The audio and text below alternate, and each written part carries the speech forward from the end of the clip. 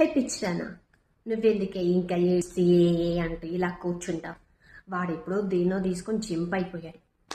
So నువ్వెందుకు life enjoy చేయి, చిల్లవు. వాడెలాగో వెళ్ళిపోయాడు, గతం గతహ అనుకో.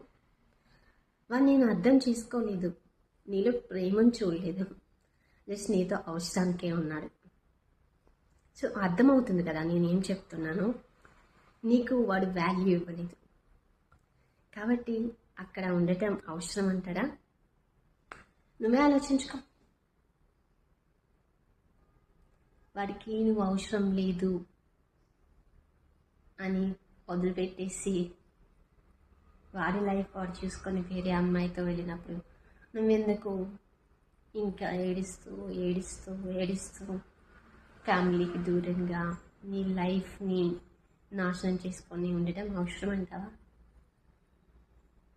ఒకసారి బయటకు వచ్చి చూడు, దేవుడు నీకు ఇంతకన్నా వేరేదేదో మంచిది రాశాడేమో.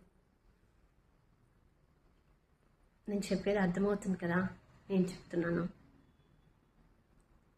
లెగు, నీ కోసం దేవుడు మంచి లైఫ్ రాసి పెట్టున్నాడు.